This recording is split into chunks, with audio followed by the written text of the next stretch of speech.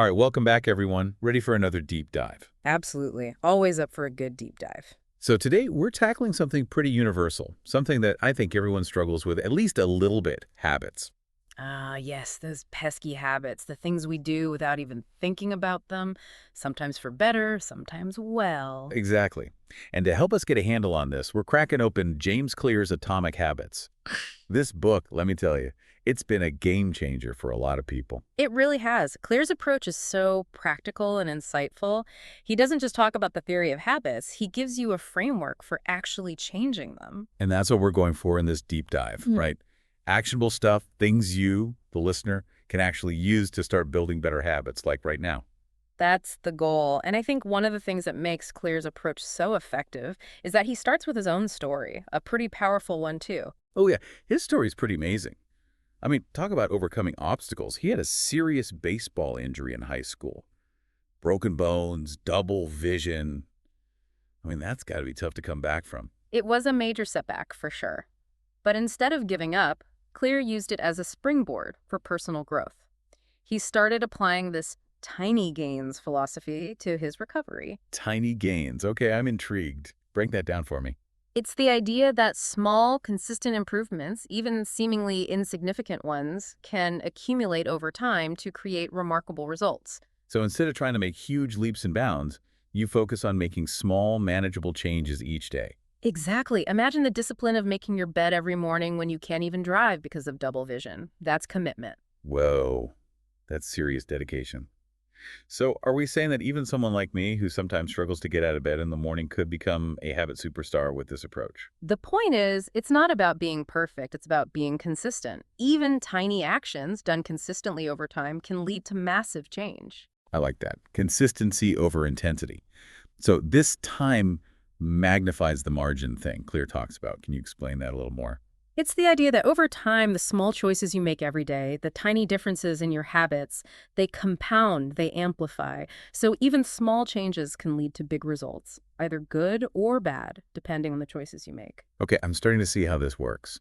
But there's also this idea about systems over goals, right? hmm And that seems a bit counterintuitive. I mean, aren't goals the whole point? Goals are important, for sure. They give us direction, something to aim for. But Claire argues that focusing too much on goals can actually be limiting. Limiting. How so? Well, think about it. You set a goal, you achieve it, then what? It creates this kind of either-or mentality, this pass-fail situation. So instead of constantly chasing the next goal, we should be focused on building systems that support the kind of life we want to live. Exactly. Systems are about the process, the daily actions that get you closer to your desired outcome. Okay, I'm with you on that. But how does this tie into the idea of identity change that Clear talks about? Well, it's all connected. Your habits shape your identity and vice versa. The things you do consistently, day after day, they become part of who you believe you are. So if I want to change my habits, I actually need to change my beliefs about myself. It's not about changing who you are at your core, but about shaping the way you see yourself. Hmm. If you want to be a writer, write every day. If you want to be a runner, run every day. Okay, so it's like, if I act like a healthy person, I start to believe that I am a healthy person. Right. It's about aligning your actions with your desired identity. And then that new identity reinforces the habits, and it all becomes this positive feedback loop. Exactly. It's about becoming the kind of person who naturally does the things you want to do. So instead of white-knuckling my way through another diet, I need to create a system of healthy eating that I can stick with long-term that aligns with who I want to be. That's the idea. And it's not just about losing weight, it's about anything you want to achieve. Want to learn a new language? Create a system for practicing regularly. Want to write a book? Create a system for writing every day. Okay, system overhaul, here I come. Yeah. But before we get too far ahead of ourselves, let's talk about how we actually turn these desired behaviors into, actual habits. Ah, yes, the million-dollar question. And this is where the 4 stages of habit formation come in. Cue, craving, response, and reward. Cue, craving, response, reward. Okay, I'm all ears. Each stage plays a crucial role in the habit loop. Let's take craving, for example. It's the driving force behind a habit, the motivational force that gets us to act. And guess what? What? The modern food industry has figured out how to tap into our cravings in a big way. Wait, are you saying my cravings for, say, the triple chocolate brownie are being manipulated? Well, think about it. Those brownies, those chips, those sugary drinks, They're designed to be hyper-palatable, loaded with salt, sugar, and fat. Things our brains are hardwired to crave. It's like a constant battle against our biology. In a way, it is. But understanding how cravings work is the first step to managing them. It's not about eliminating them entirely, but about becoming more aware of what triggers them and finding healthier ways to satisfy them. Okay, so back to the 4 stages. Q, craving what comes next. The response, the actual behavior or action you take in response to the craving. And finally, the reward, the positive reinforcement that strengthens the habit loop. So let's break that down. Using your brownie example, the Q might be seeing the brownie on the counter. Right, then the craving is that intense desire for that sweet, chocolatey goodness.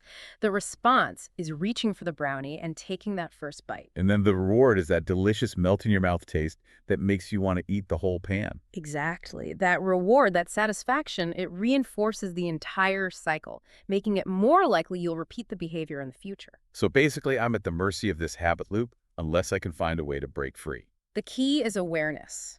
You have to become aware of these automatic behaviors that might be shaping your life without you even realizing it. But how do I even start to become more aware of my habits? Some of them are so ingrained, I feel like I don't even notice them anymore. Clear suggests a simple but powerful tool called the Habit Scorecard. Okay, a scorecard for my habits. I like it. Tell me more. It's about listing out all your daily habits from the moment you wake up to the moment you go to sleep. Then you evaluate each habit. Is it positive, negative, or neutral?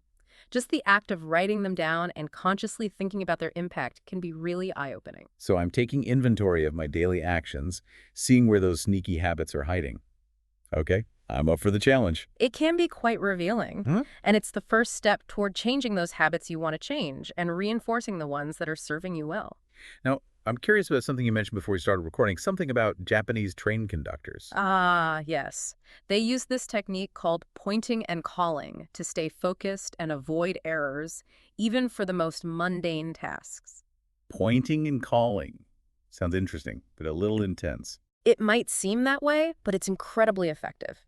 Imagine them pointing at a green light and shouting, "Signal green, proceed."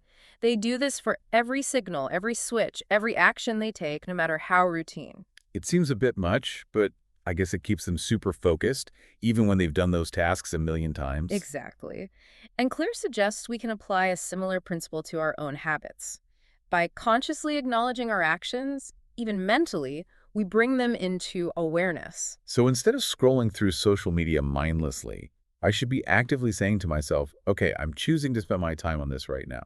Exactly. It's about breaking free from that autopilot mode, that unconscious drift through our day. That awareness is the foundation for lasting change, because you can't change what you don't acknowledge. That's a powerful thought. Yeah. So awareness is the first step. But how do we actually start to change these habits once we've identified them? Well, that's where things get really interesting, and that's what we'll dive into in part 2 of this deep dive. Stay tuned, folks. We're just getting started. Okay, so we've laid the groundwork. We've got our habit scorecard. We were starting to pay attention. But now the real challenge, right? How do we actually shift these habits, the ones we've pinpointed? That's where Clear really shines. He gives us a whole toolkit of strategies, and one of my favorites is this idea of habit stacking. It's clever, really. Habit stacking. All right, lay it on me. What are we stacking exactly? Think of it like this. You've already got some solid habits in your routine, things you do automatically without much thought. Maybe it's making coffee first thing in the morning, or always brushing your teeth before bed. Yeah, I've got those down pat, so I'm guessing we're not tossing those out. Not at all. We're using them, those reliable habits, as a foundation. Let's say you want to start meditating, just a few minutes each day, but you're struggling to find the time. Oh, tell me about it. Finding time for anything new these days. With habit stacking, you link that new habit, the meditation, to an existing one. So after I pour my coffee, I will meditate for 5 minutes. See? It becomes this chain reaction. Ooh, that's smart. I'm already doing the coffee thing, so why not tack on a little mindfulness while I'm at it? It feels less overwhelming than trying to carve out a whole new chunk of time. Right. It's about piggybacking on those automatic behaviors you've already got wired in. Makes it easier to get that new habit rolling. Love the efficiency. But I'll be honest, even with the best intentions, sometimes my follow-through, well, it leaves something to be desired. It's like my willpower takes a lunch break at the worst possible moment. Ah, the willpower struggle. We all know it. Yeah. But Clear gives us another tool for this, implementation intentions. Instead of those vague, I should or I'll try to statements, we get specific. So not, I'll exercise more, but I'll run for 30 minutes every Monday, Wednesday, and Friday at 7 a.m. No room for doubt. Okay, so it's about taking away that wiggle room for excuses. Because later often turns into never. I've been guilty of that one myself. But it's not just about me, is it? Like, our surroundings, they play a role too, don't they? Huge role. Remember that study at Massachusetts General Hospital?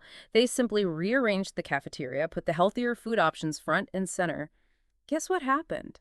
People made healthier choices without even consciously thinking about it. Whoa, so environment is more powerful than we realize. I'm starting to look at my own setup differently now. Like, if I want to read more, maybe I should swap out that phone on my nightstand for an actual book. Yeah, If I'm trying to cut back on snacking, maybe those tempting treats shouldn't be staring at me from the countertop. exactly. You're thinking like a habit architect now. Design your space, your surroundings, to make the desired behavior the easier, more obvious choice. Habit architect, I like the sound of that. And this whole idea about environment, it ties into those 4 laws of behavior change. Clear outlines, right? They make it obvious, attractive, easy, and satisfying thing. You got it. It's all connected. Those laws give us a framework for making those positive changes. Like with obvious, if you want to eat more fruit, don't hide it in the back of the fridge. Keep it front and center, a beautiful bowl on the counter where you can't miss it. Visual cues for the win. I'm already thinking about rearranging my kitchen. But what about attractive? Any tips for making healthy habits seem, well, a bit more tempting? Because let's be real, sometimes those virtuous choices, they don't exactly scream fun. Clear's got a clever hack for this, temptation bundling.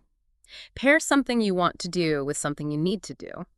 Let's say you enjoy listening to podcasts, but folding laundry. Ugh, the worst. Ooh, I see where you're going with this. Laundry time becomes podcast time, and suddenly that chore isn't so dreadful anymore. Multitasking for a good cause. Exactly. You're turning a chore into a treat, and you're more likely to stick with it. And make it easy. That's about minimizing friction, removing any obstacles that might trip you up. Think prepping your workout clothes the night before, having a designated workspace, using technology to automate tasks, anything that simplifies the process. Speaking of easy, wouldn't it be amazing if we could just, like, download good habits directly into our brains, skip the whole struggle part? If only it were that simple. But there is a way to make it feel less like a grind. The key is finding activities that tap into your natural inclinations, things you actually enjoy doing. Oh, like when I get lost in a good book or spend hours tinkering on a project and completely lose track of time. It doesn't feel like work, it's just thought engaging. Exactly. That's what psychologists call flow state, that feeling of being completely absorbed in an activity. And it often happens when we're working on tasks that are challenging enough to keep us engaged, but not so difficult that we feel overwhelmed. So it's about finding that sweet spot, that Goldilocks zone of challenge. How do I apply that to building habits? It's about setting up your habits in a way that taps into that flow state. Let's say you're learning a new language. Don't start by trying to read a novel that's setting yourself up for frustration. Start with simple phrases, gradually increasing the difficulty as you get more comfortable. Small wins to fuel those bigger goals, I get it. And once I've got a good system in place, how do I keep myself on track? Make sure I'm actually following through. Because sometimes that initial enthusiasm, it fades, and I'm back to my old ways. That's where habit tracking comes in. Have you ever tried keeping a habit tracker? I have, on and off. The problem is I usually abandon it after a few weeks. Any tips for making it more, well, stick with itable? Clear highlights 3 main benefits of habit tracking, and they're really powerful. First, it gives you visual proof of your efforts, which can be super motivating, especially when you're first starting out. Oh, I love checking things off a list. It makes me feel so accomplished. But sometimes life gets busy and I forget to track and then the whole thing falls apart. That's why consistency is key. And that's where the second benefit comes in tracking helps you maintain streaks.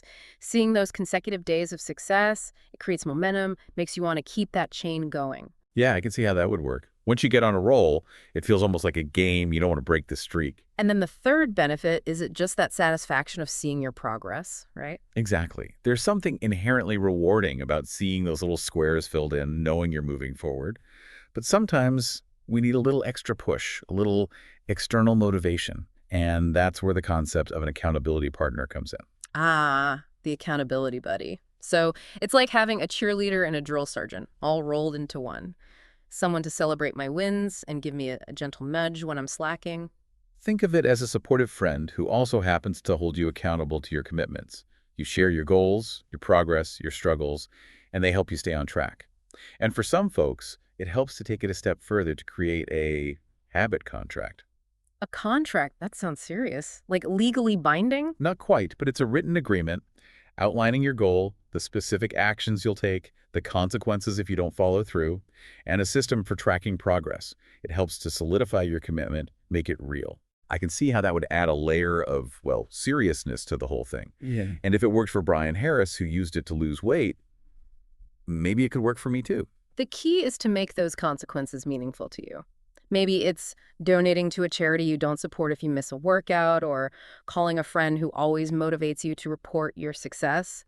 It's about finding what works for you, what keeps you moving forward. Okay, this is all starting to click. We've got our systems, our strategies, our accountability buddies, and even contracts if we need them. But I imagine there will still be times when we stumble, right? Maybe even faceplant completely. Of course, setbacks are part of the process. It's how we learn and grow, and that's where Clear's emphasis on reflection and continuous improvement comes in. It's not about being perfect. It's about learning from your mistakes and adapting your approach as needed. It's like those slip-ups. They're not the end of the world. They're just data points, right? Right. Information we can use to refine our approach. Exactly. Every setback, every stumble, it's an opportunity to learn, to adjust, to get even better. I love that reframing. Failure becomes feedback, a chance to course correct. So are you saying that no habit is ever truly set in stone? Like, even with those deeply ingrained behaviors, there's always room for tweaking? Well, some habits, those basic ones like brushing your teeth, they become pretty automatic. You don't need to think about them too much. But with those habits aimed at mastery, those bigger goals, those areas where we're constantly striving to improve, yeah, those require ongoing attention, ongoing refinement. It's like those Japanese train conductors again, always staying vigilant, even with those routine tasks. It's about cultivating that mindset of continuous improvement, isn't it? Never getting complacent, always looking for ways to do things better. It is, and it ties back to that whole idea of identity we've been talking about. As you build these new habits, your beliefs about yourself, they start to shift. You start to see yourself as the kind of person who does these things, who follows through, who makes progress. It's like this amazing feedback loop, right? My habits shape my identity, and my identity reinforces my habits. I'm creating this self-fulfilling prophecy of success just by showing up consistently. And it all starts with that one small change. One tiny action taken consistently over time. What's one thing you could do today, right now, that would set you on a path towards a more positive outcome? Something small, something achievable, but something that aligns with the person you want to become. Hmm. That's a great question to ponder. I've been wanting to get back into running, but mornings are always so hectic. I think I'm going to try that visual cue trick. Tonight, I'm putting my running shoes right by the door so they're the first thing I see when I wake up. No more excuses. Love it. That's a perfect example of making the desired behavior the obvious choice. And remember, those tiny actions, they add up. Don't underestimate the power of consistency. Wow, this whole deep dive has been a revelation. It's not just about changing habits. It's about changing my whole approach to life, to personal growth. Thank you so much for sharing all these insights. It's truly been a pleasure. My pleasure as well. And to all our listeners out there, remember, building better habits is a journey, not a destination. Be patient with yourselves, embrace those stumbles along the way, and most importantly, celebrate those small wins. Those small wins, they're what fuel the big transformations. We've covered a lot of ground today, folks, from tiny gains to habit stacking, even the sneaky tactics of the food industry. Ah. But the most important takeaway, you have the power to change, to create the life you want, one small habit at a time. Until next time, happy habit building.